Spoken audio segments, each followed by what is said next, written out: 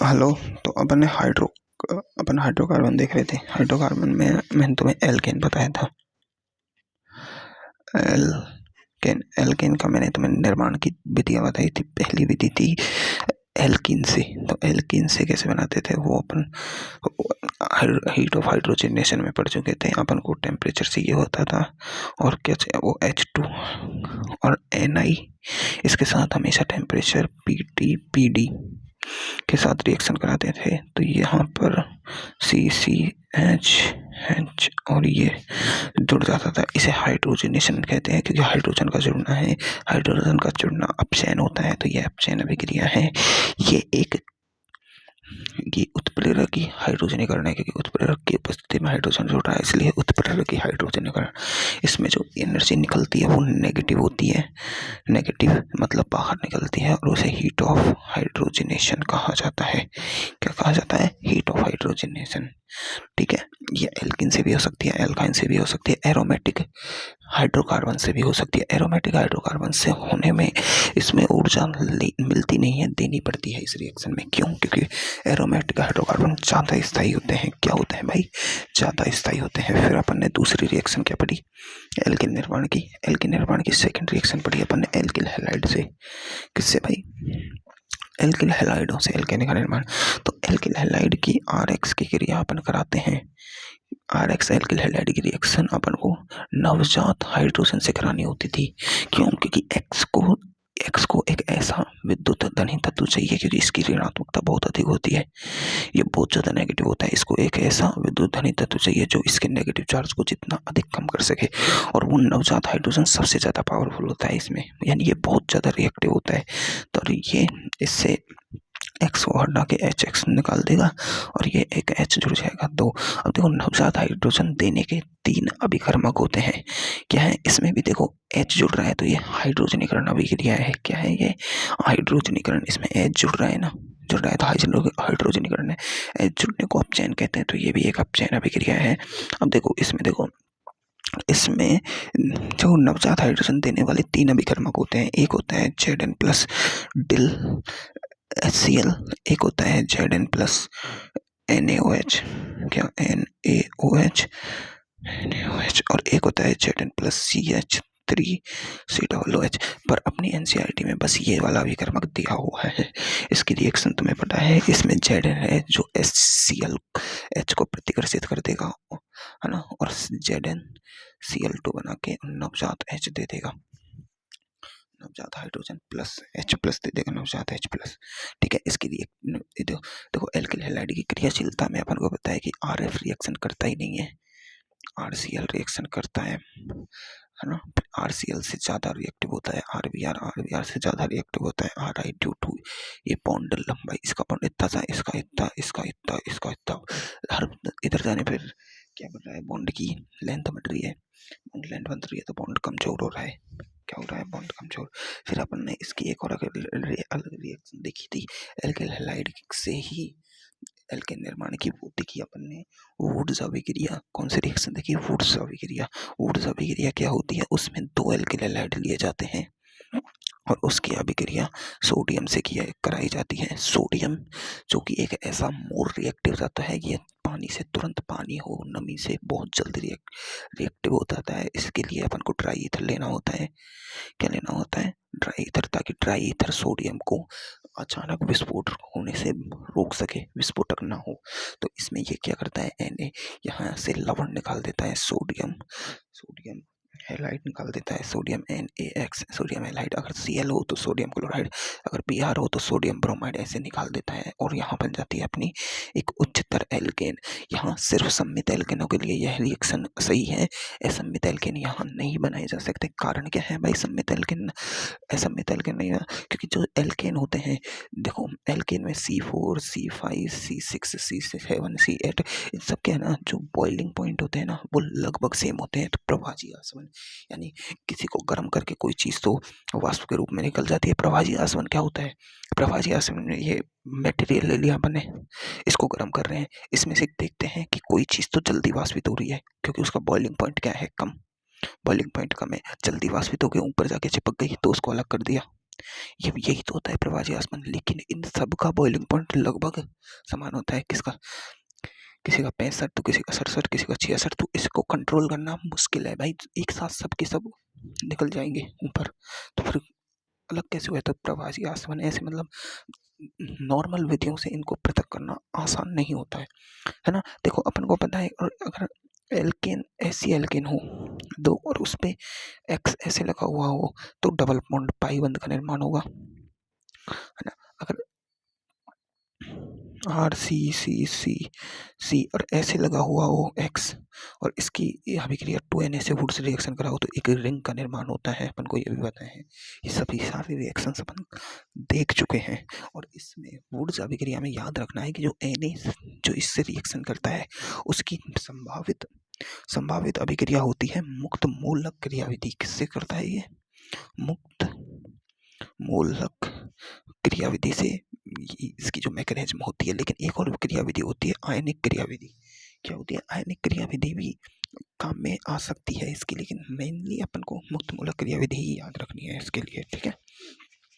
Die हैलाइडों में क्या होता है? डाई हैलाइडों में या तो रिंग बनेगी या पाई बॉन्ड बनेगा। पाई बॉन्ड कब बनेगा? जब वो पास पास होंगे, पास पास होंगे, ठीक है। ये अपन ने रिएक्शंस देख ली थी। फिर मैंने तुम्हें लास्ट 3rd नंबर की एक रिएक्शन दिखाई थी। वो दिखाई थी मैंने तुम्हें कि कार्बोक्सिलिक अम्ल या इसके लवण द्वारा एल्केन का निर्माण। कार्बोक्सिलिक अम्ल या इसके लवण द्वारा एल्केन का निर्माण की अभिक्रिया बताई थी, जिसमें मैंने तुम्हें पहली अभिक्रिया बताई थी सोडा लाइम विकार्बोक्सिलेशन। यानी पहली रिएक्शन जो मैंने बताई थी इसमें किसमें? कार्बोक्सिलिक अम्ल या इसके लवण द्वारा एल्केन के निर्माण में, उसमें थी soda lime decarboxylation. Soda lime decarboxylation, ये वाली रिएक्शन बताई तुम्हें मैंने। कौन सी बताई भाई? Soda lime decarboxylation. अब देखो सोडा लाइम जब डिकार्बोक्सिलेशन रिएक्शन है ना, सोडा लाइम डिकार्बोक्सिलेशन रिएक्शन है। इसमें यूज क्या होता है भाई? सोडा लाइम यूज होता है। सोडा लाइम क्या होता है? सोडा लाइम होता है NaOH प्लस CaO। ये क्या है? बिना बुझा हुआ चूना। ये क्या है? नमक। नमक नहीं, ये एक वो है बेस। क्या होता है? बेस। और देखो कार्बोक्सिलिक अम्ल या इसके लवण की रिएक्शन होती है हमेशा। किसकी? कार्बोक्सिलिक लवण। तो अपन इसमें कार्बोक्सिलिक लवण लेते हैं, एक RCOONA लिया, इसकी अभिक्रिया NaOH से कराएंगे, है ना, CaO की प्रेजेंस में, और टेम्परेचर देंगे तो अपन को एल्केन प्राप्त होती है प्लस Na2CO3 प्राप्त होता है। इसको कहते हैं सोडियम कार्बोनेट। क्या कहते हैं इसे? सोडियम कार्बोनेट प्राप्त होता है। देखो इसकी रिएक्शन देख लो। इसमें क्या होता है कि ये होता है, ये निकल जाता है बाहर। ये क्या है? ये निकल जाता है बाहर। ये क्या होता है? Na2 और C और 3OO3, ये निकल जाता है सोडियम कार्बोनेट। अब इसकी मैकेनिज्म एक बार और देख लेते हैं अपन।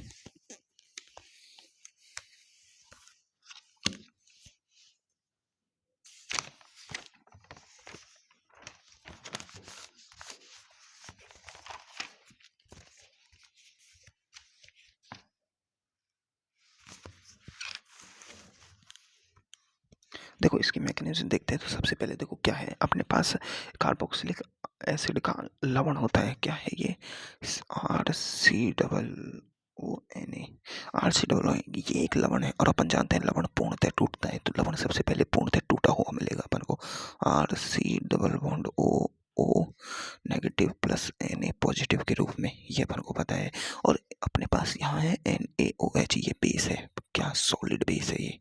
एक सॉलिड बेस भी पूर्णतः टूटा होता है Na++OH नेगेटिव में। तो ये OH नेगेटिव अब इस पर अटैक करेगा। क्यों कर रहा है भाई अटैक? क्योंकि यहाँ इसकी EN ज़्यादा, O की EN ज़्यादा होती है, तो ये आंशिक पॉजिटिव होता है, ये आंशिक नेगेटिव होता है। मैंने तुम्हें रेजोनेंस से भी बताया था।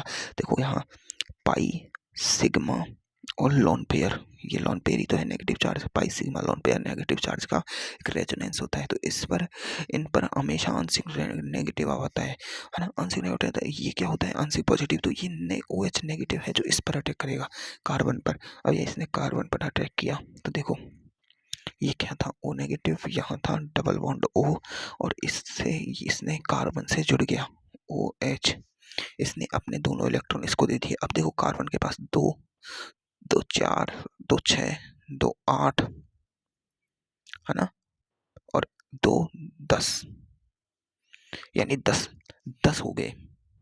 क्या हो गए भाई? 10। कार्बन के अष्टक में 8 से ज्यादा इलेक्ट्रॉन हो गए, 8 से ज्यादा इलेक्ट्रॉन हो गए। इस पे आ गया पॉजिटिव चार्ज। ये जब 10 नहीं होते हैं, इस पे 9 होते हैं, तो इसका एक बॉन्ड है ना, इसका एक बॉन्ड ये इधर टूटेगा, इधर टूटेगा। अब देखो होगा क्या, होगा कि कार्बन कभी भी 10 इलेक्ट्रॉन नहीं रख सकता भाई, अधिक इलेक्ट्रॉन नहीं रख सकता। उसकी अष्टक पूर्ण होना चाहिए कार्बन का, ऑक्टेट। तो क्या होगा, जैसे ही ये बॉन्ड बन रहा होगा ना, जैसे ही ये बॉन्ड बन रहा होगा, इन दोनों में से एक बॉन्ड टूटता है। इनमें से मान लो ये देखो, ये तो एक क्या है, ये एक सिग्मा बॉन्ड है, और ये इसमें एक पाई बॉन्ड है और एक सिग्मा बॉन्ड है। समझ रहे हो बात, है ना? पाई बॉन्ड है और एक सिग्मा बॉन्ड है। और ये पाई बॉन्ड है ना, ये पाई बॉन्ड, ये पाई बॉन्ड, ये पाई बॉन्ड सिग्मा बॉन्ड से क्या होता है, कमजोर होता है, कमजोर होता है। तो सबसे पहले ये पाई बॉन्ड टूटता है। तो जैसे ही ये जब बन रहा होता है, तो ये टूट रहा होता है, ये वाला पाई बॉन्ड।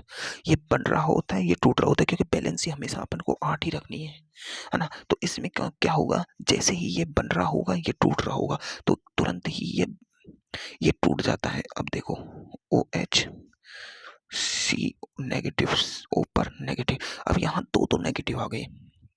क्या आ गए? दो दो नेगेटिव। तो जैसे ही ये टूटता है ना, ये टूटता है, तो ओ अपना नेगेटिव चार्ज इसको देता है, ये वाला ओ, ये अपना नेगेटिव चार्ज इसको देता है और तुरंत इसको निकाल देता है। क्योंकि ये जो ओ होती है, ओ, ये जो ऑक्सीजन होती है, दो नेगेटिव चार्ज पास पास अनस्टेबल हो गए। ये क्या हो गया, दो नेगेटिव चार्ज पास पास बिल्कुल अनस्टेबल हो जाते हैं, इनमें प्रतिकर्षण बहुत ज्यादा हो जाता है। तो एक वो अपना नेगेटिव चार्ज इसको देता है और ये अपना इलेक्ट्रॉन लेके निकल जाता है। क्या निकल जाता है? ये अपना इलेक्ट्रॉन लेके R माइनस निकल गया, और ये C double bond O, O negative, O H बन गया। अब देखो ये ओ एच है, यानी ओ, और ये एच। अब देखो कार्बन को, कार्बन होता है ना, कार्बन, देखो ये ऑक्सीजन भी कार्बन से इलेक्ट्रॉन खींच रहा है, ये ऑक्सीजन भी कार्बन से इलेक्ट्रॉन खींच रहा है, ये भी खींच रहा है।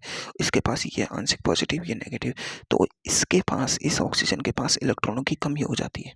क्या हो जाती है? कमी। क्योंकि देखो कार्बन के जो 8 इलेक्ट्रॉन है, उनमें से दो, 4 तो ये खींच रहा है, 2 ये खींच रहा है, और 2 इसके पास बचे बस। तो इसके पास इलेक्ट्रॉनों की कमी हो जाती है, तो ये हाइड्रोजन से अपने इलेक्ट्रॉनों को बहुत तीव्र गति से खींच लेता है। तो इससे यहाँ से ये H प्लस निकलता है, और जैसे ये H प्लस निकलता है, इस H प्लस को ये लेता है कौन, ये R नेगेटिव इसके पास आता है। ये H प्लस को, ये H प्लस तुरंत निकलने को बैठा होता है, और R नेगेटिव जैसे ही टूट के अलग होता है, इसके पास जाता है, और ये H प्लस को लेके निकल जाता है। तो इससे क्या होगा कि यहाँ देखो RS तो बन जाएगा, और यहाँ अपने को बन जाएगा C double bond O, O negative, O negative. क्या बन जाएगा भाई? O नेगेटिव और O नेगेटिव। क्या बन जाएगा? O नेगेटिव और O नेगेटिव। ठीक है,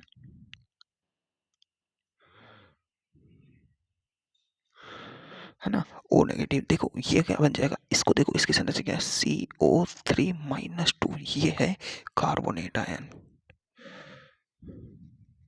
कार्बोनेट। ये वाला आयन कौन सा है? ये जो आयन मैंने बताया है ना, ये बना है, ये देखो इसमें एक तो H है, H, और एक C है, C, और 3 O है, O3, और एक नेगेटिव चार्ज है, SCO3 negative, by carbonate ion.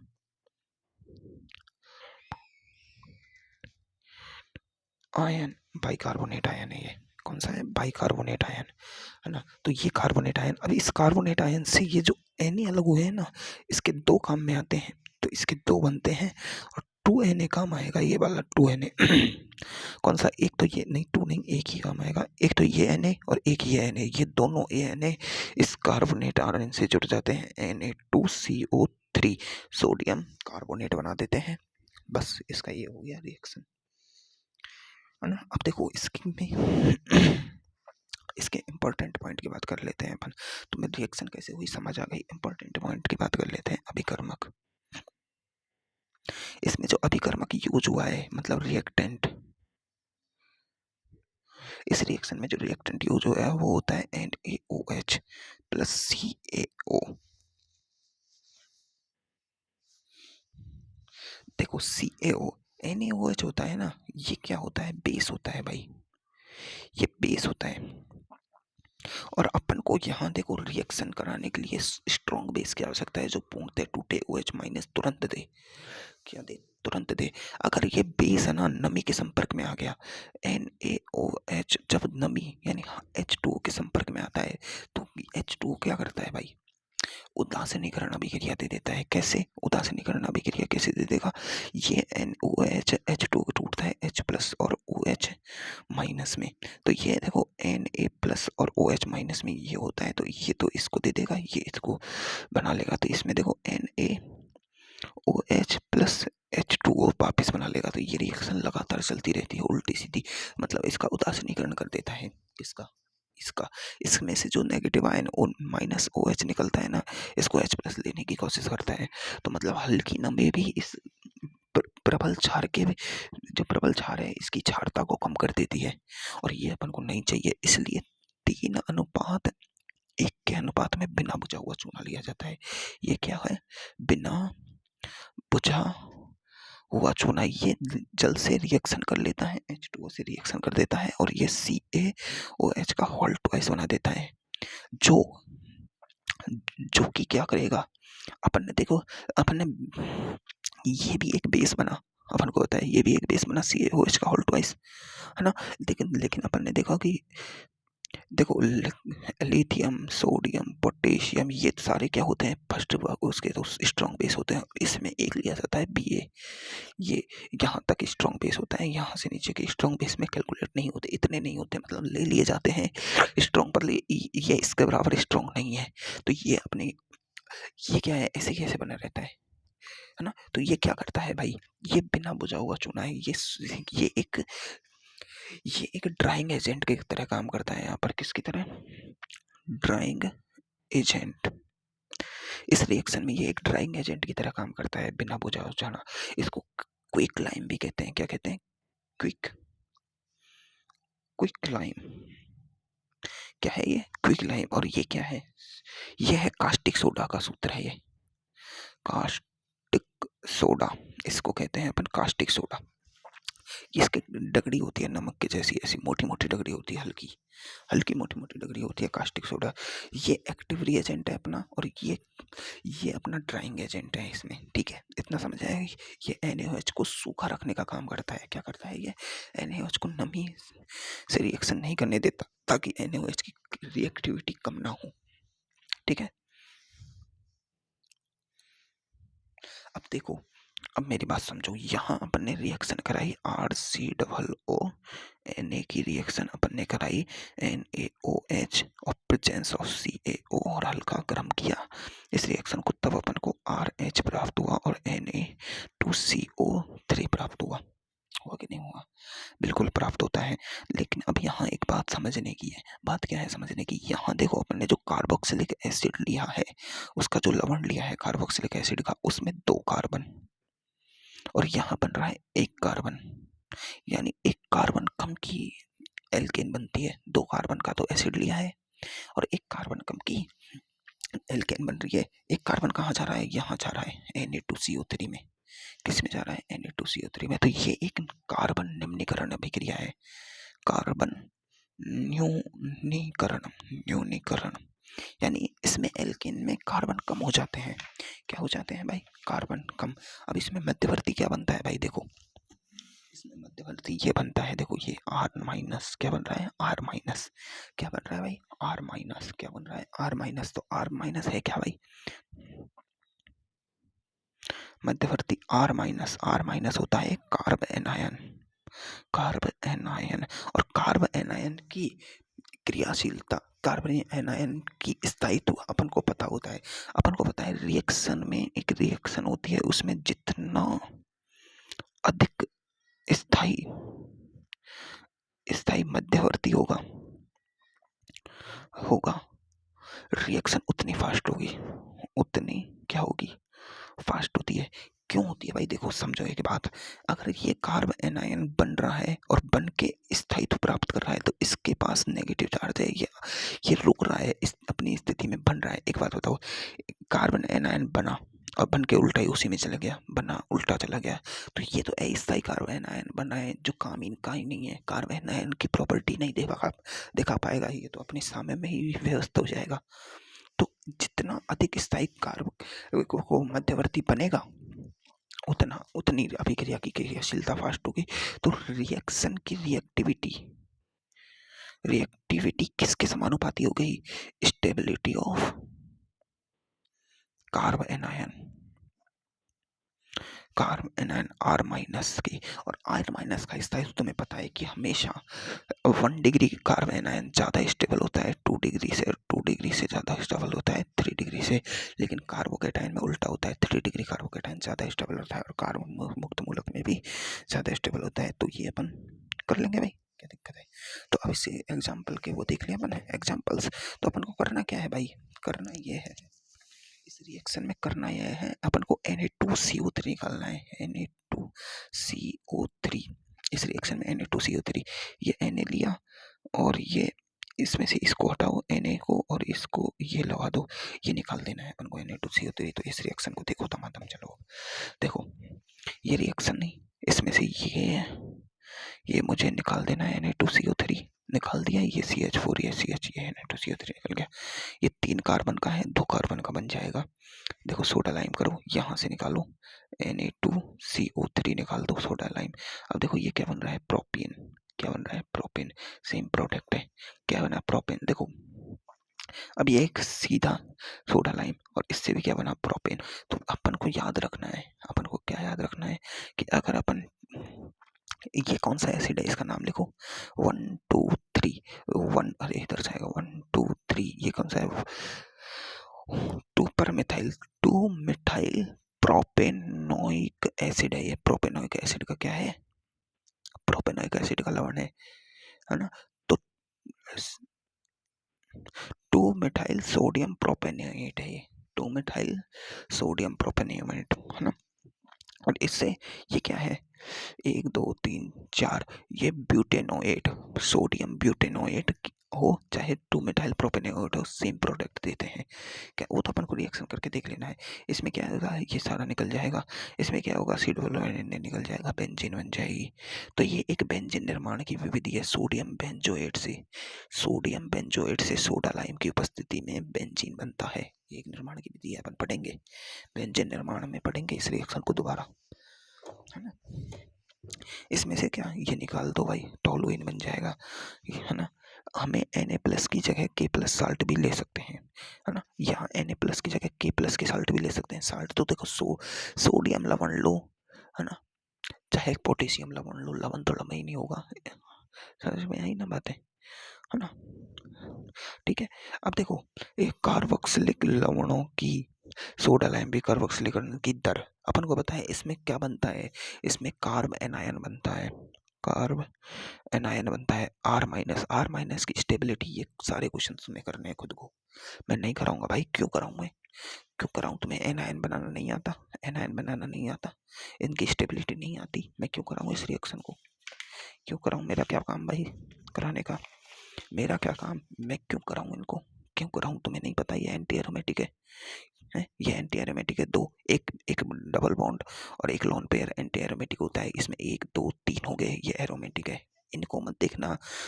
इस काउंट क्या क्या होते हैं? पाई बॉन्ड, है ना, और प्लस लोन पेयर हो या माइनस चार्ज हो, ये काउंट होते हैं एंटी एरोमेटिक और एरोमेटिसिटी में। तुम्हें पता है भाई मैं क्यों कराऊं रिएक्शंस को? मेरा कोई काम नहीं है भाई, इतना मेहनत से तुम्हें वो पढ़ाया है GOC, तो इन रिएक्शन कराने के लिए थोड़ी ना पढ़ाया है। ये स्टेबिलिटी थोड़ी ना बताऊंगा मैं बैठ के, हाँ ऐसे बताने लग गए तो भाई हो गया सिलेबस। समझ में आई बातें?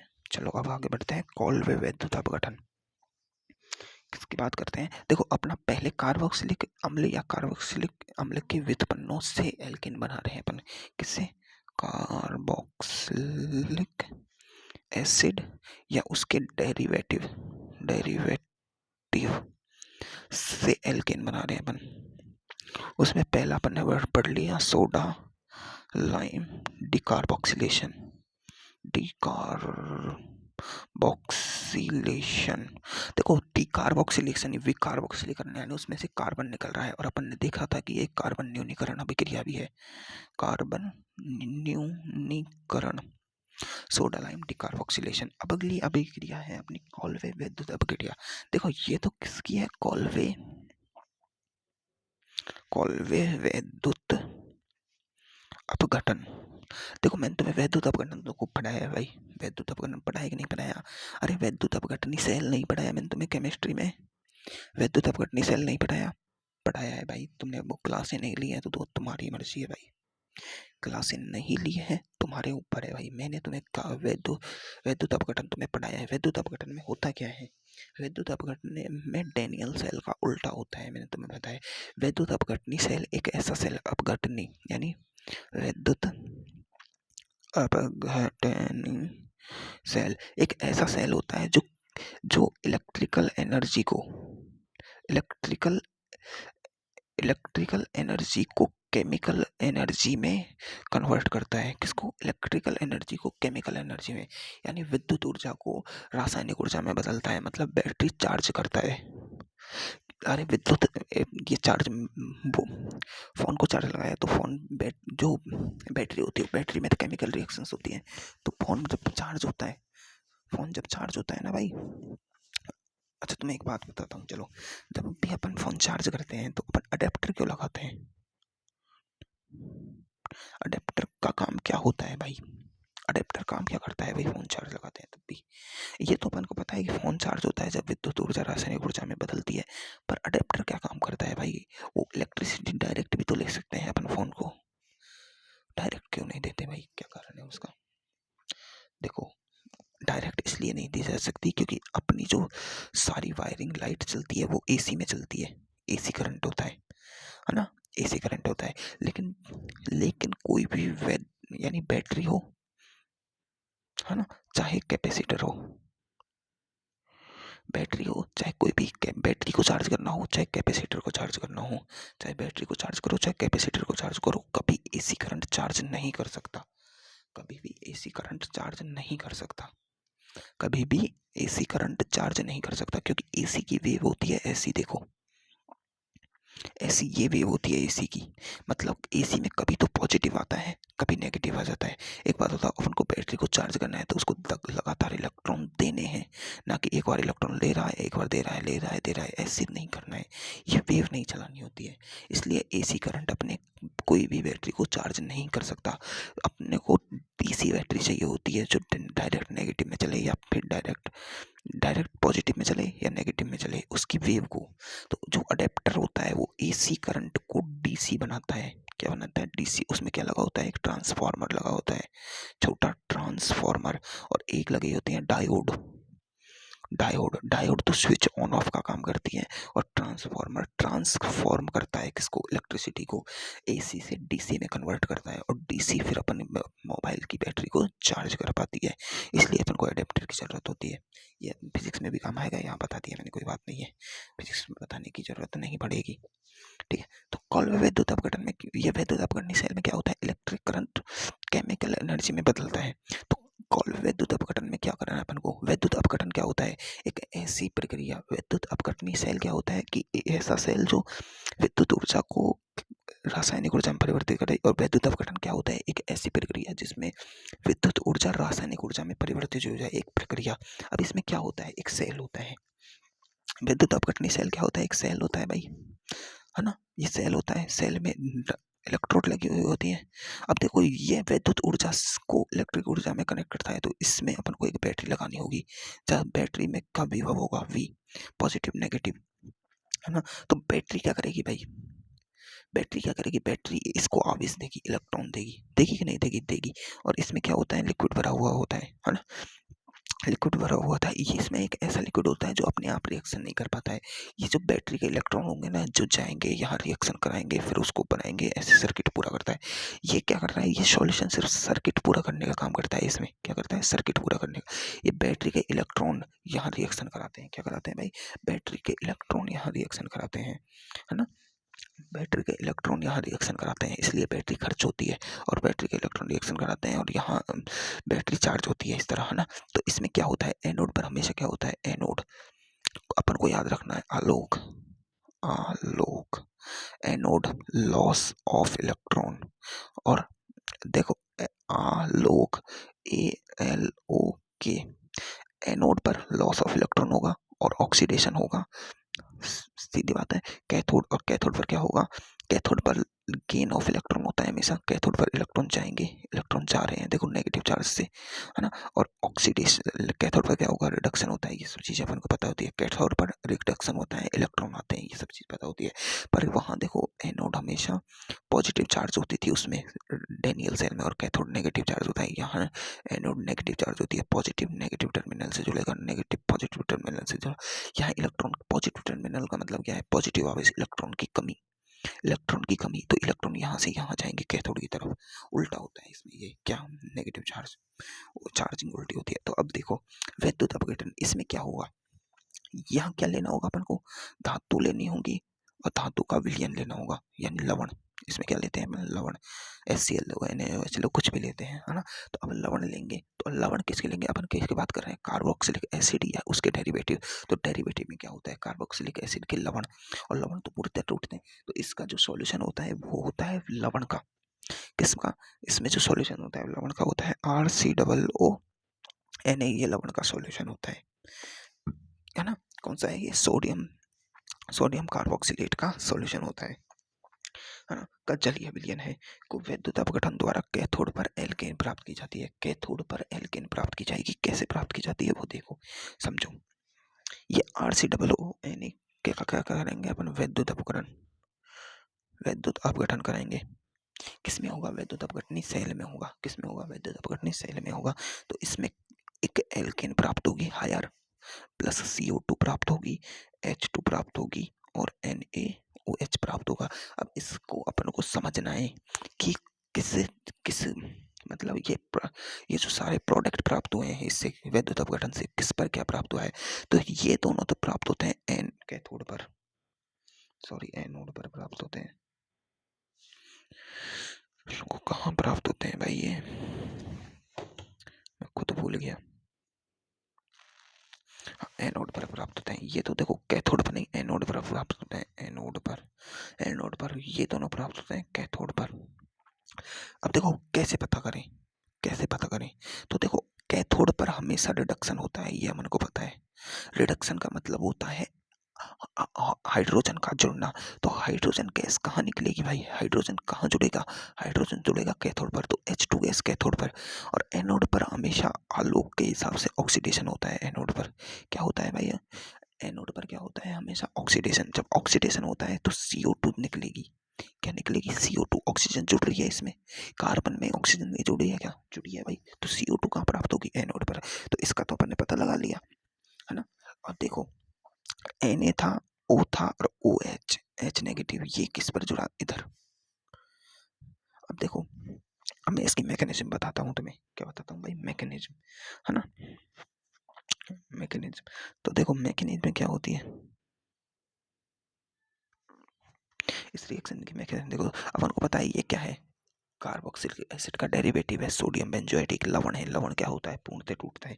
तो लवण पूर्णतः टूटेगा तो RC double bond O negative में प्लस Na प्लस में टूटेगा, ठीक है। और अपन ने क्या करा है, और इसका जलीय विलयन लिया है, इसका क्या लिया है, जलीय विलयन, जलीय विलयन, जलीय विलयन ना भी लिखे कोई और उसके नीचे एक्वस लिख दे, तो एक्वस का मतलब क्या होता है, जलीय विलयन ही होता है।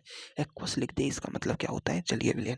अगर तुम्हें मैंने ऐसे बोल दिया H2SO4 एक्वस, तो ये क्या है, ये हाइड्रो, ये जो अम्ल है जो जल में घुला हुआ है, एक्वस का मतलब क्या होता है, जलीय, क्या होता है, जलीय। तो इसमें एक क्या है भाई, जल है, क्या है, वाटर, क्या है, वाटर, है ना, क्या है भाई, वाटर। तो अब देखो इलेक्ट्रोलाइसिस होता है ना, इलेक्ट्रोलाइसिस, जब जब विद्युत अपघटन कराते हैं, इलेक्ट्रोलाइसिस कराते हैं, अपघटन होता है, तो होता क्या है कि ये जो अपन देखो, इस विलयन में ये टूटा हुआ है, ये टूटा हुआ है। इलेक्ट्रोलाइसिस में क्या होता है, इलेक्ट्रॉन निकलते हैं इसमें से, इनके जो विलयन होते हैं ना, इनमें से इलेक्ट्रॉन निकलेंगे।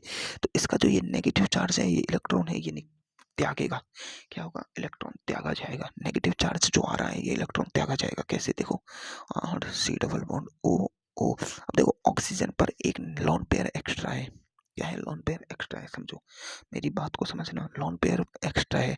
तो देखो ऑक्सीजन की वैलेंसी में कितने होते हैं, 2 इलेक्ट्रॉन, तो यहाँ 2 इसके पास खुद के होते हैं, है ना। 4 कितने हो गए, 6, है ना। और 2 इसके खुद के होते हैं, 6, है ना, है ना। और 2 इसके पास एक्स्ट्रा है, क्या है, 2 इसके पास एक्स्ट्रा है, एक्स्ट्रा लोन पेयर वाले, ये जो नेगेटिव चार्ज है ये। अब इसके पास देखो टोटल 8 इलेक्ट्रॉन है, क्या है, 8 इलेक्ट्रॉन है ना ऑक्सीजन के पास, क्योंकि नेगेटिव चार्ज से ही इसके 8 इलेक्ट्रॉन पूरे हो रहे हैं, ठीक है। अब जब इलेक्ट्रोलाइसिस होगा, वैद्युत अपघटन होगा, इलेक्ट्रॉन गति करेंगे, ऐसे इलेक्ट्रॉन जाएंगे, तो इसका इसमें से एक इलेक्ट्रॉन निकल जाएगा, एक इलेक्ट्रॉन निकल जाएगा, क्योंकि वैद्युत अपघटन का मतलब ये होता है कि इलेक्ट्रोलाइसिस, इलेक्ट्रॉन का लाइसिस होना। लाइसिस, लाइसिस नहीं पढ़ते हैं क्या, सेल लाइसिस, सेल का लाइसिस होना, लैन होना, लैन होना नहीं पढ़ते हैं क्या, लाइसिस, सेल लाइसिस नहीं होता है तो ये टूटती नहीं है क्या। जीवाणु भोजी होता है, वो जीवाणु की सेल में अंदर घुसता है, और जब उसकी संख्या में बहुत ज्यादा वृद्धि हो जाती है तो वो सेल को फाड़कर, सेल का लाइसिस करके, उसे तोड़ के, उसका लयन करके, उसकी प्रोटीन को पिघला के बाहर निकल जाता है, उसका लाइसिस करना कहते हैं, ये जीवाणुभोजी द्वारा क्या होता है, लाइसिस, है ना। तो इसमें से एक इलेक्ट्रॉन का लाइसिस होगा, तो देखो R C double bond O, O. अब देखो ओ पे ये लोन पेयर तो पहले से ही थे, पर एक इलेक्ट्रॉन निकल गया तो एक लोन पेयर बचा, ये क्या बने, मुक्त मूलक, ये बन गया ऑक्सीजन मुक्त मूलक, ये रेडिकल बन गया। देखो दो दो आयन से 2 इलेक्ट्रॉन निकलेंगे और 2 रेडिकल बनेंगे, क्या बनेंगे, रेडिकल। तो ये कि मुक्त मूलक रिएक्शन हो गई, कैसी रिएक्शन हो गई भाई, इलेक्ट्रॉन की कमी। अब देखो ऑक्सीजन की En होती है भाई 3, ऑक्सीजन की En 3.5, कितनी, 3.5, और उसके ऊपर तुमने कर दी इलेक्ट्रॉन की कमी, इस वैद्युत अपघटन ने। अब देखो अपने आप इलेक्ट्रॉन की कमी नहीं हुई है, अपन को बैटरी लगा के इलेक्ट्रॉन की कमी करनी पड़ी है, मतलब ये फोर्सफुली हो रहा है। ऑक्सीजन खुद नहीं चाहता कि मेरे ऊपर इलेक्ट्रॉन की कमी हो, अपन ने फोर्सफुली बैटरी लगा के, प्रोसेस करके, इलेक्ट्रोलाइसिस करके इसमें रेडिकल आए हैं। तो ये एक बहुत ज्यादा मोर रिएक्टिव एलिमेंट हो गया, मोर रिएक्टिव है ये, क्या हो गया, मोर रिएक्टिव, क्योंकि इसके ऊपर इलेक्ट्रॉन की कमी, ये बहुत ज्यादा मोर रिएक्टिव होता है, क्या होता है, बहुत ज्यादा मोर रिएक्टिव। तो ऑक्सीजन का बस किस पे चलेगा भाई, इस इन लोन पेयरों पे, इन इलेक्ट्रॉनों पे। ऑक्सीजन का बस किस पे चलेगा भाई, इन इलेक्ट्रॉनों पे, है ना। किस पे चलेगा भाई, इन इलेक्ट्रॉनों पर ऑक्सीजन का बस चलेगा। अब देखो, अब ऑक्सीजन इन इलेक्ट्रॉनों को नहीं तोड़ सकता, ऑक्सीजन इन इलेक्ट्रॉनों को नहीं तोड़ सकता। अब तुम कहोगे क्यों नहीं तोड़ सकता भाई, इसका कारण होता है, देखो यहाँ समझो, आर सी पाई, और ये लोन पेयर, और यहाँ एक सिंगल बॉन्ड, और यहाँ डबल बॉन्ड ओ। तो ये जो, इसको ध्यान से देखो, इसमें क्या कंडीशन बन रही है, इसमें बन रही है पाई सिग्मा और लोन पेयर ओ रेडिकल, ये एक अनुनाद की कंडीशन बन रही है, यानी ये अनुनाद, ये देखो ये इसके 2 इलेक्ट्रॉन है ना पाई बॉन्ड के, एक इलेक्ट्रॉन यहाँ जाएगा, आधा तीर लगाया है, इलेक्ट्रॉन गया, और ये आधा तीर ऐसे लगाता हूँ ना मैं, तो और ये रेडिकल ऐसे जाएगा, ऐसे आधा तीर, जब देखो इस कार्बन के पास ये रेडिकल और एक और रेडिकल आ जाएगा, ये वाला रेडिकल, आपस में ये बॉन्ड बना लेंगे, R C double bond O, और यहाँ इस ऑक्सीजन के पास एक रेडिकल आ गया, मतलब अब देखो ये जो रेडिकल है आधा आधा इस पे बढ़ गया, तो मतलब इसके इलेक्ट्रॉन तो नहीं टूटेंगे, रेजोनेंस में आ रहे हैं भैया, तो टूटने वाला कौन बचा भाई, ये भाई बचा अकेला, कौन सा, आर भाई। अभी आर भाई को भाई साहब निकालेगा, आर भाई को निकालेगा। अब देखो कमी किसकी है यहाँ पर, अब देखो इसका हाइब्रिड देखे ना, इन दोनों संरचनाओं का हाइब्रिड, तो आर सी, और ये आंशिक बॉन्ड, ये आंशिक बॉन्ड, और यहाँ ओ, और इस पर आंशिक रेडिकल और इस पर आंशिक रेडिकल, हाइब्रिड देखा तो ऐसा बना, ऐसा बना तो समझा कि भाई इलेक्ट्रॉन की कमी, कमी, और यहाँ भी कमी, तो ये इलेक्ट्रॉन इधर खींचेंगे, ये इलेक्ट्रॉन इधर खींचेंगे, तो इसको किसकी कमी है, आधा, आधा इलेक्ट्रॉन मतलब एक इलेक्ट्रॉन की कमी है, तो एक इलेक्ट्रॉन यहाँ से कौन देगा, ये समांश विखंडन देगा, तो यहाँ क्या होगा, समांश विखंडन होगा, क्या होगा भाई, समांश विखंडन होगा यहाँ। अब जब समांश विखंडन होगा तो यहाँ इससे, ये एक ट्रांजिशन स्टेट है, क्या है भाई, ट्रांजिशन स्टेट, क्योंकि एक बंद बन रहा होगा, ये वाला बंद बन रहा होगा। अभी देखो ये हाइब्रिड रिएक्शन नहीं करेगा भाई, रिएक्शन करेगा ये, क्या करेगा ये, तो देखो इसका ये बंद तो बन रहा होगा, और ये बंद टूट रहा होगा, ये बंद बन रहा होगा। तो ये एक ट्रांजिशन स्टेट आ गई, इसमें आर रेडिकल निकल जाएगा और अपने पास CO2 बन जाएगा। क्या बन जाएगा? CO2। क्या बन जाएगा? CO2। और इसको देखो, ये C, ये डबल बॉन्ड O और ये O और इसका एक डबल बॉन्ड बन जाएगा, तो ये CO2 नहीं बन गई क्या अपनी? अरे ऐसी नहीं होती है कि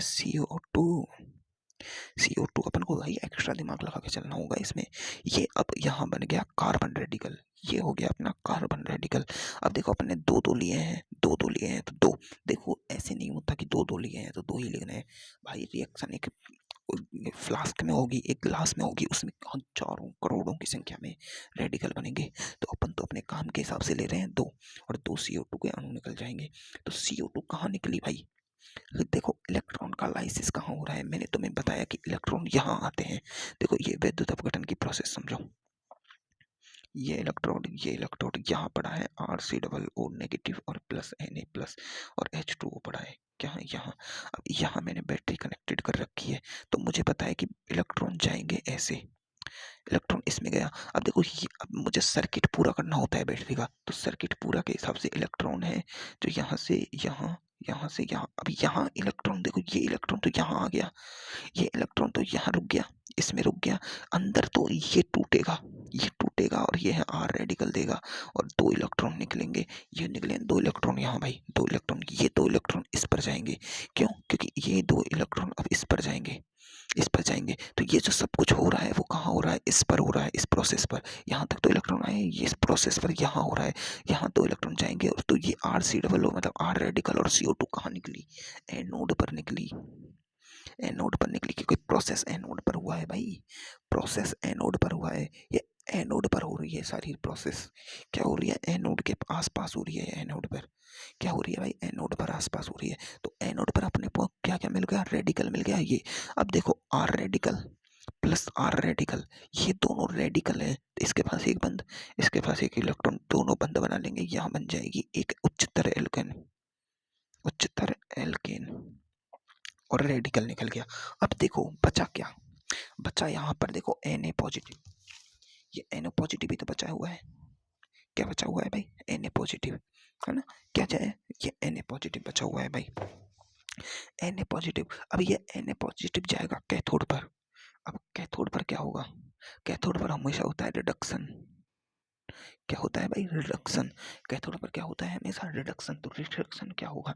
Na पॉजिटिव इस H2O से रिएक्शन और प्लस H2O, यही तो बचे, यही तो बचे बिलियन में। Rc नेगेटिव का तो काम हो गया, Rc नेगेटिव का तो काम हो गया। इसने क्या दे दिया? इलेक्ट्रॉन दे दिया, रेडिकल बनो के ये काम कर लिया इसने अपना, ये अपना इसने काम कर लिया, है ना।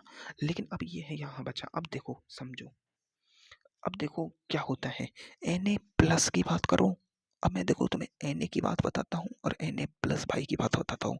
Na का परमाणु क्रमांक होता है 11, इसके पास 2, 8 और 1 इलेक्ट्रॉन एक्स्ट्रा होता है। इसका अष्टक अपूर्ण होता है यहाँ, है ना।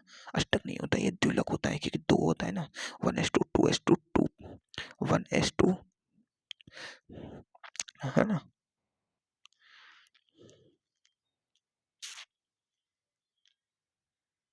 है ना। तो इसके पास क्या होता है? अष्टक अपूर्ण होता है, इसका क्या होता है? अष्टक अपूर्ण। और यहाँ जब ये एक इलेक्ट्रॉन त्याग देता है, त्याग के Na प्लस बनाता है, तो 2 8 इसका अष्टक पूर्ण होता है। अब एक बात बताओ, और ये क्या है? स्टेबल, स्टेबल भी है। अष्टक पूर्ण होने का मतलब क्या होता है? स्टेबल। अब सोडियम आयन है वो स्टेबल है भाई, तो ये रिएक्शन में पार्टिसिपेट नहीं करता है इतनी आसानी से। ये क्या करेगा? ये अपने इलेक्ट्रॉन न देगा न लेगा। तो फिर रिडक्शन किसका हो सकता है भाई? रिडक्शन किसका हो सकता है? तो अपने पास सिर्फ जल बचा। क्या बचा भाई? वाटर।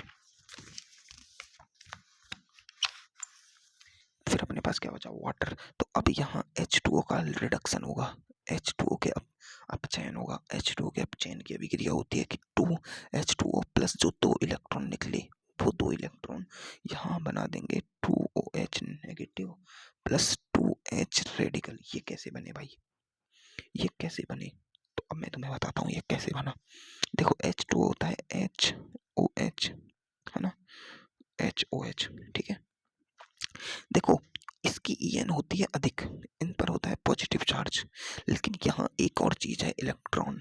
ये क्या होता है? इलेक्ट्रॉन। क्या होता है भाई? इलेक्ट्रॉन। तो होगा क्या कि ये तो टूटेगा, जो टूटेगा ही अपना ये बनाएगा OH negative plus H plus देगा। अगर दो अणु लिए हैं तो दो OH नेगेटिव और दो H प्लस देंगे, पर यहाँ दो इलेक्ट्रॉन भी तो है, ये इलेक्ट्रॉन इस पे जाएगा।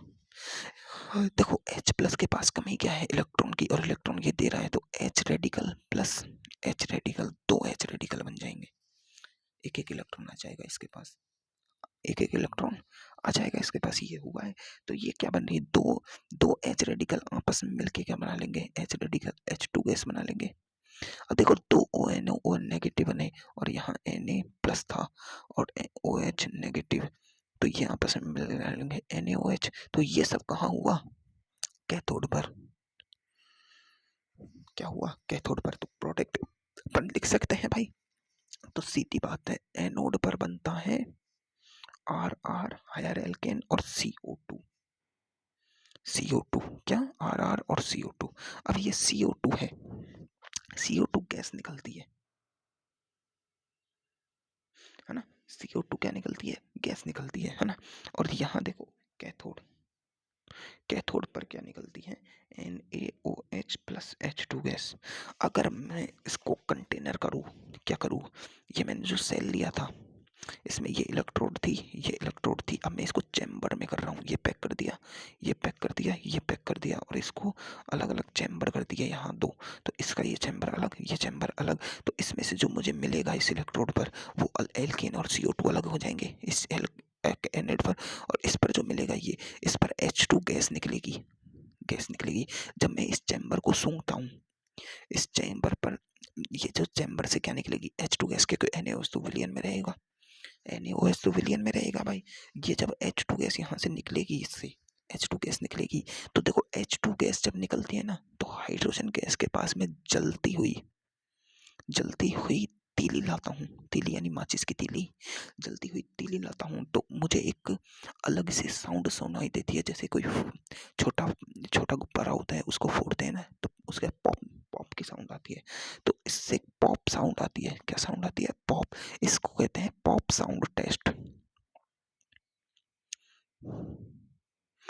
जब मैं जलती हुई तीली इसके पास लेके आया और पॉप की साउंड आई, तो मैं समझ जाऊंगा कि यहाँ H2 गैस निकल रही है। क्या निकल रही है? H2 gas. और इसको कहते हैं पॉप साउंड टेस्ट। क्या कहते हैं भाई? Pop sound test. अब जब मैं इस कंटेनर के पास यहाँ यहाँ से क्या निकलेगी? CO2 gas.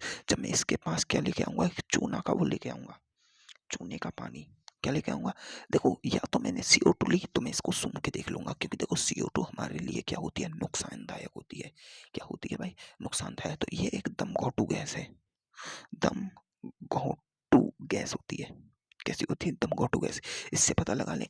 या फिर एक चूने का पानी का ये लेके आऊंगा मैं, इसमें क्या होगा? चूना। चूना क्या होता है भाई? CaOH का होल ट्वाइस बुझा हुआ चूना होता है, और चूने का पानी यही तो होता है। तो ये उसे कहते हैं चूना, चूना जल परीक्षण, परीक्षण। ये क्या है भाई? अपना चूना जल परीक्षण। इसमें जब CO2 गैस यहाँ इसको लेके आऊंगा इसके पास, और इसमें CO2 गैस जैसे ही जाएगी, तो इसका जो कलर है वो वाइट हो जाएगा। कैसा हो जाएगा? WHITE, वाइट कलर, दूधियापन आ जाएगा। क्या आ जाएगा? दूधियापन। क्या आ जाएगा भाई? दूधियापन। तो ये एक दो टेस्ट देता है, ये एक पॉप साउंड टेस्ट और एक चूना जल परीक्षण देगा, ये कॉलवे वैद्युत अपघटन। समझ में आई बिल्कुल बातें? अब देखो विलियन में बना क्या, समझो। विलियन में क्या बचा भाई? एल्केन यहाँ आ गई, HCO2 यहाँ आ गई, और इसमें इस पर H2 गैस निकल गई बाहर, CO2 बाहर निकल गई, एल्केन इस पर बन गया। इस पर क्या बना भाई? इस पर बना H2 गैस निकल गई, और NaOH बचा बीच में। ये NaOH बना, जो बचा बीच में, क्या बचा? NaOH। तो NaOH विलियन में बचा हुआ है भाई। और NaOH क्या है? एक सॉलिड बेस होता है। क्या होता है? एक सॉलिड बेस। तो अपन देखो शुरुआत में तो इसमें क्या था भाई? लवण था, लवण था। किसका? RCOONA, कार्बोक्सिलिक एसिड का लवण था, है ना? लवण था। लवण की पीएच अपन लवण के हिसाब से निकालेंगे, वो मैंने करना सिखा रखा है भाई। लेकिन यहाँ जब NaOH बेस बचा, तो इसकी पीएच जाहिर है कि 7 से ज़्यादा ही होगी। पीएच होगी वो 7 से ज़्यादा, और स्ट्रॉन्ग बेस है तो 10 से ज़्यादा ही होगी। स्ट्रॉन्ग बेस की पीएच तो 10 से ज़्यादा ही होती है भाई। तो इसकी पीएच क्या होगी? अधिक। मतलब इस विलियन में पहले पीएच थी कम और अब हो गई विलियन की पीएच ज़्यादा। क्या हो गई? अब हो गई विलियन की पीएच ज़्यादा। इसका मतलब समझो, विलियन हो गया क्षारीय।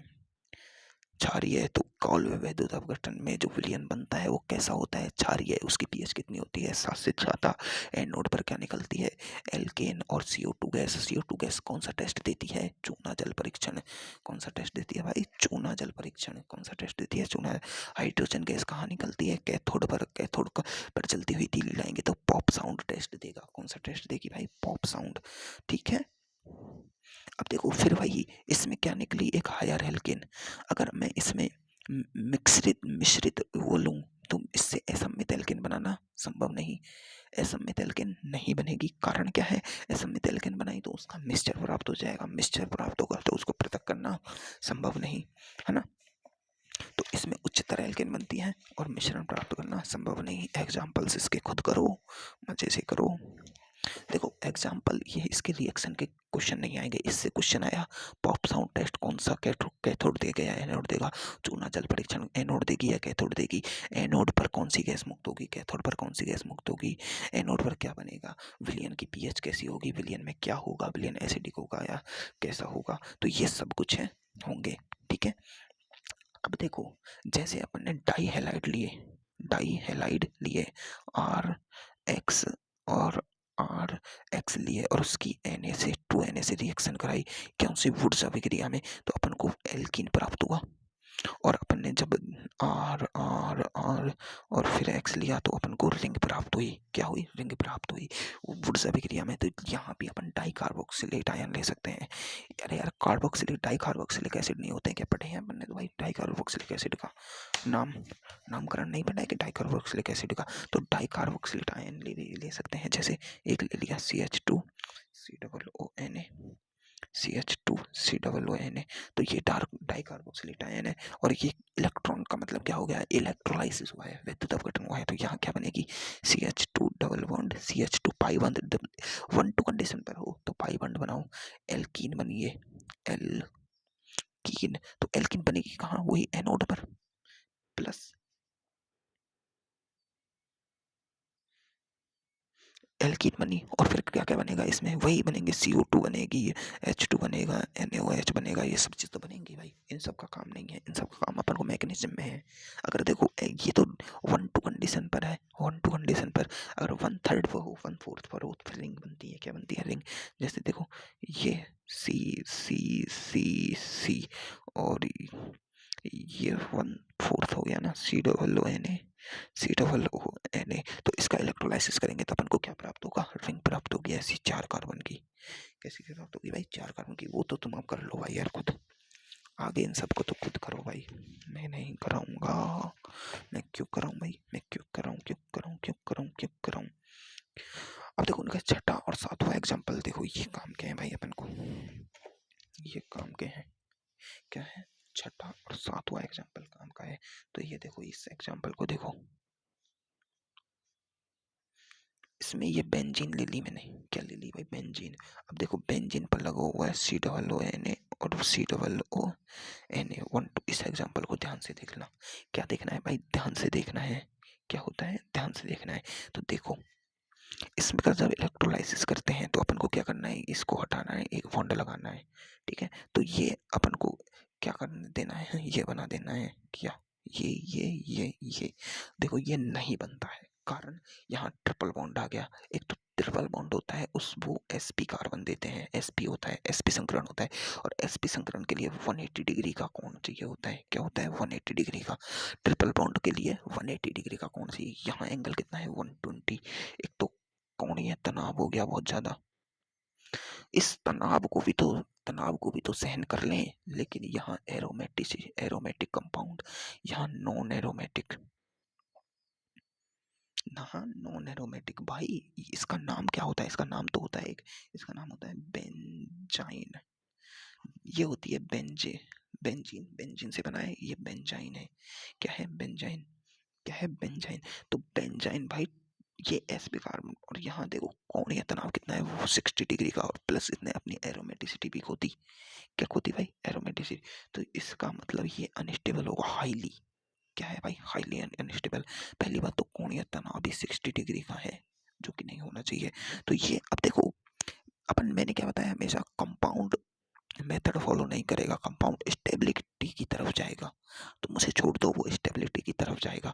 ये स्टेबिलिटी नहीं है तो रिएक्शन नहीं होगी। ऐसे रिएक्शन कैसे होगी, ये बना, इससे क्या बनेगा, देखो ये COO जाएगा, ये जाएगा, तो इसका क्या बनेगा, रेडिकल बनेगा एक, समझो, ये इसका ये रेडिकल बना, ये रेडिकल, तो ऐसा ही एक और रेडिकल आएगा, है ना, और ये रेडिकल ये दोनों रेडिकल आपस में बॉन्ड बना लेंगे, क्या कर लेंगे भाई, बॉन्ड बना लेंगे। तो ये क्या बन गया, अरे सॉरी,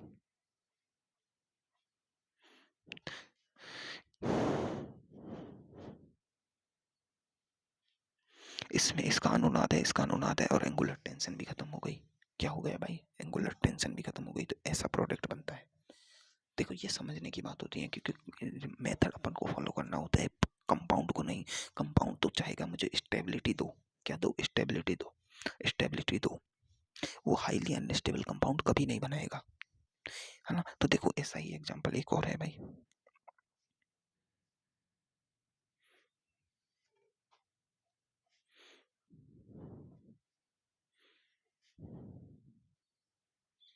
हमेशा जब भी अपन कंपाउंड बनाते हैं तो अपन को याद रखना है कि जो बना है वो क्या स्टेबल है कि नहीं है। अगर वो स्टेबल है तभी बन सकता है, जब स्टेबल है ही नहीं तो बनेगा कैसे, वो बनेगा कैसे। तो देखो अब इसमें से जाएगा तो रेडिकल बनेंगे, अपन को पता है क्या बनेंगे, रेडिकल। क्या बनेंगे, सबसे पहले रेडिकल बना लो, इस पर रेडिकल, नहीं इस पर तो है ही नहीं, बेंजीन तो यहाँ लगा हुआ है, सॉरी। तो ये रेडिकल इस पर आया और रेडिकल इस पर आया। अब होना क्या चाहिए, ये बन ऐसे बनना चाहिए, क्या बनना चाहिए, ऐसे बनना चाहिए, क्या बनना चाहिए भाई, ऐसे बनना चाहिए, है ना। तो ये बंद ऐसे बनना चाहिए, क्या बनना चाहिए भाई, ऐसे बनना चाहिए, है ना। ये बंद ऐसे बनना चाहिए। तो देखो कैसे बनेगा, ये डबल बॉन्ड पाई बॉन्ड, है ना, ये पाई बंद है, पहले से लगा हुआ है, तो बनना क्या चाहिए था, ये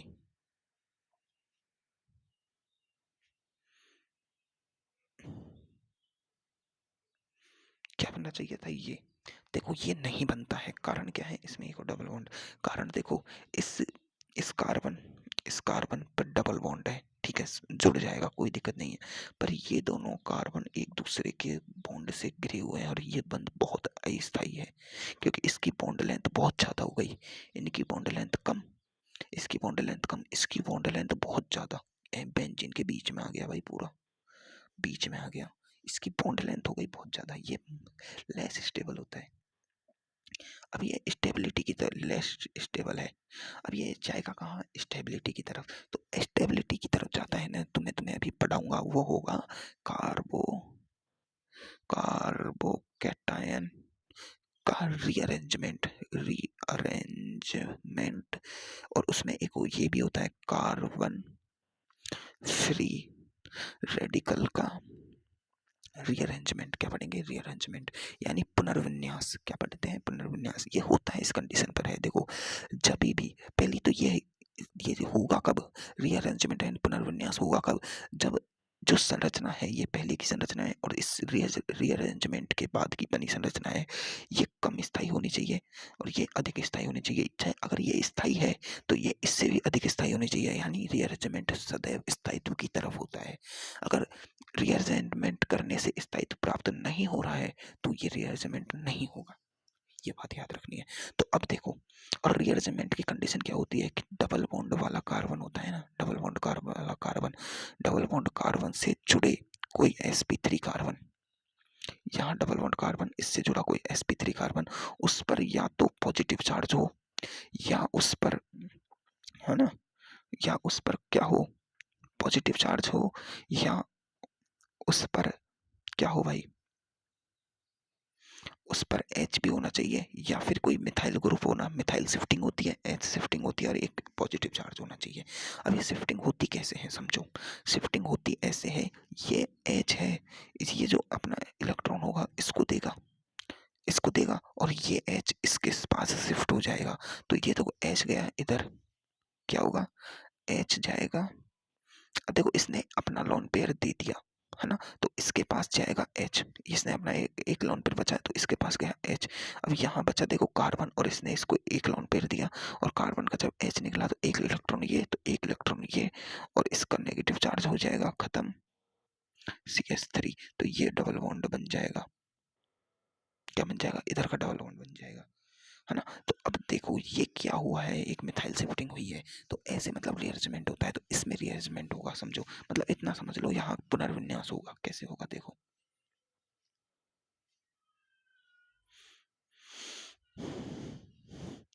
ये, अरे ये पुनर्विन्यास नहीं है, ये तो ये तो रेजोनेंस है भाई।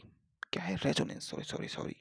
पुनर्विन्यास तो मैं ऐसे ही बता रहा हूँ, पुनर्विन्यास तो हो ही नहीं रहा। अभी पेन ही गया, पेन ही गया, को पेन लाता हूँ मैं।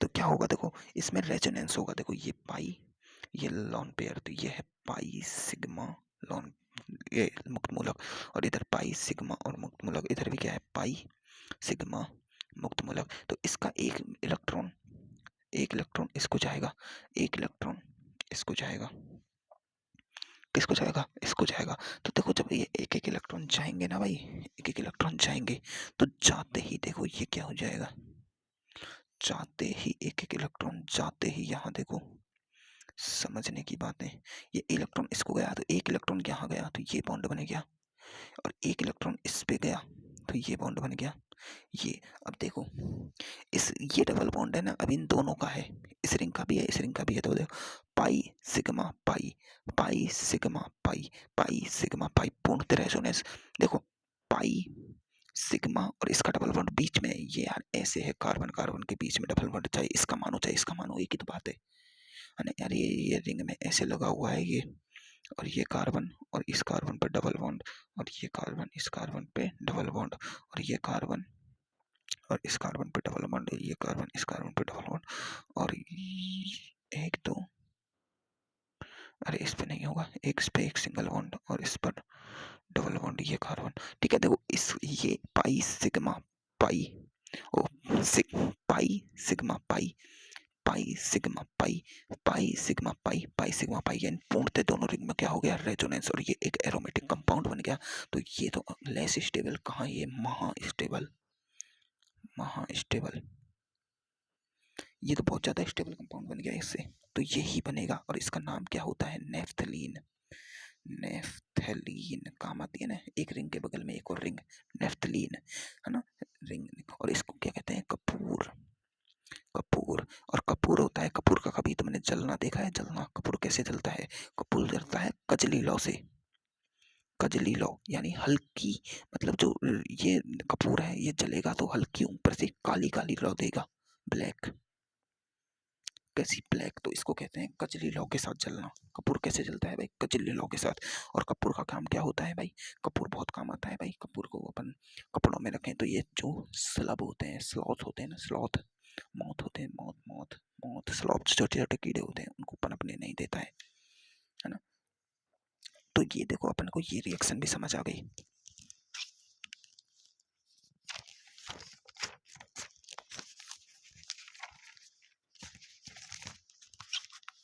बड़ी रिएक्शन की मैकेनिज्म में टाइम लगता है भाई, क्या होता है बड़ी रिएक्शन की मैकेनिज्म में टाइम लगता है, समझ आनी चाहिए रिएक्शन। रिएक्शंस।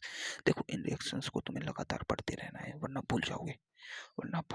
तो देखो पहले अपन ने क्या देखा, RCOO की रिएक्शन अपन ने NaOH प्लस CaO से कराया। तो अपन को RCRH यानी निम्नतर कार्बन प्राप्त हुआ। फिर अपन ने RCOO Na का क्या कराया, इलेक्ट्रोलाइसिस। इसमें कोई रिएक्टेंट नहीं लेते हैं, सिर्फ इलेक्ट्रॉन लेते हैं, इससे कराते हैं। तो RR हायर एल्केन प्राप्त होता है ना। और एक और देखो, एक थर्ड रिएक्शन है इसकी, रेड फॉस्फोरस प्लस HI की रिएक्शन। किसकी, रेड फॉस्फोरस प्लस HI की क्रिया तुम करा दो RCOOH के साथ रिएक्शन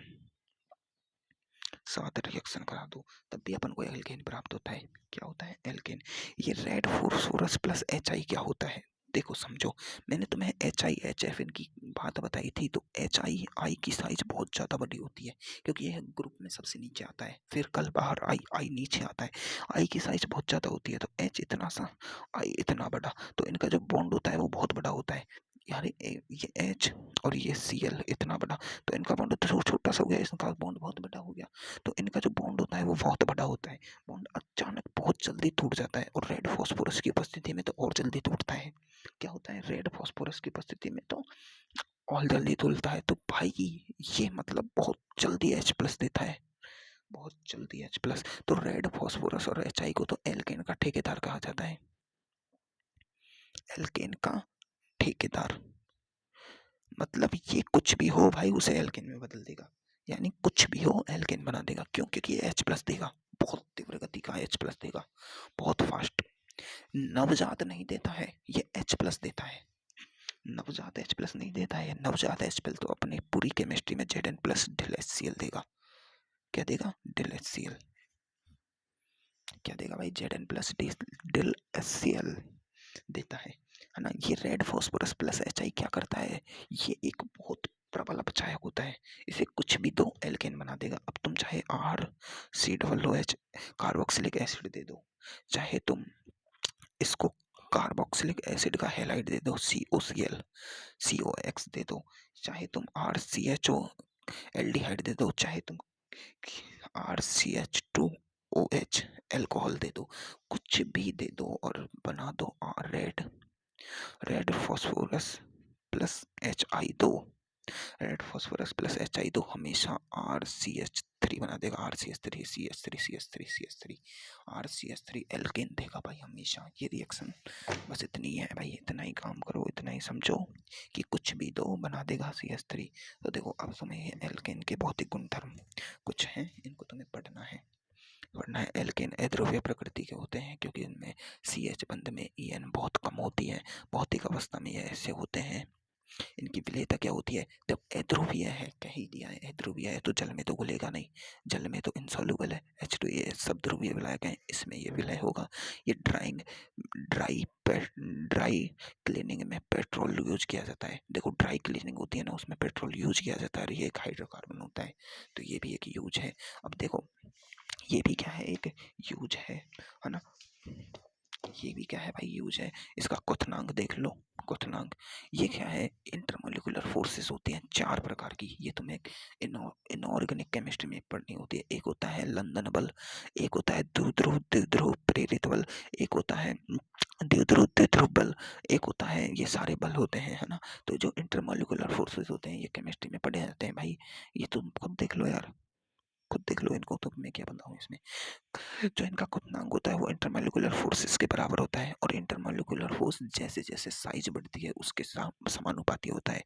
क्या होता है, साइज होती है ना, उनके आकार बढ़ने पर सभी वंडरवालों की सामर्थ्य बढ़ती है। साइज बढ़ेगी तो वंडरवाल बढ़ते हैं। चूंकि एल्केनों के अणु क्या होते हैं, अध्रुवीय प्रकृति के होते हैं, इसलिए इनके मध्य दुर्बल वंडरवाल बल पाए जाते हैं, इसलिए इनके क्वथनांक न्यून होते हैं, कम होते हैं। मैं कहता हूँ 60-65 पर ही सारे उबल जाते हैं, 60-65 पर ही सारे उबल जाते हैं। तो देखो ये अपन को कुछ नहीं है, बस ये छोटी छोटी बातें हैं, तुम्हें याद करनी है। क्या करनी है, छोटी छोटी बातें तुम्हें याद करनी है, ये है ना। फिर अब अपन कल पढ़ेंगे एल्केन की रासायनिक अभिक्रियाएं। देखो भौतिक गुणधर्म तो तुम्हें ही पढ़ने हैं भाई, मैं नहीं पढ़ाऊंगा। भौतिक गुणधर्म तो तुम्हें खुद ही पढ़ने हैं भाई, उसमें मैं क्या कराऊं। अब देखो एल्केन की रिएक्शंस हैं यार, ये एल्केन की रिएक्शंस कल खत्म हो जाएंगी सारी, फिर अपन परसों एल्किन कंप्लीट कर देंगे और उसके तरसों एल्काइन कंप्लीट कर देंगे, फिर अपना ये चैप्टर खत्म। एक हाइड्रोकार्बन, वो एक बचेगा aromatic hydrocarbon, aromatic hydrocarbon alkene alkyne के साथ ही कर लेंगे। तो मतलब आज के अलावा इसके 3 लेक्चर और लगेंगे, मतलब 5 लेक्चरों में चैप्टर कंप्लीट हो जाएगा अपना। ये थोड़ी ये रिएक्शंस बहुत लंबी हो गई इसलिए अपन को टाइम लग गया। तो देखो एल्केन की रासायनिक अभिक्रिया, देखो एक एक हाथ तो पढ़ी ले यार, नहीं है बहुत टाइम हो गया यार, बहुत टाइम हो गया भाई।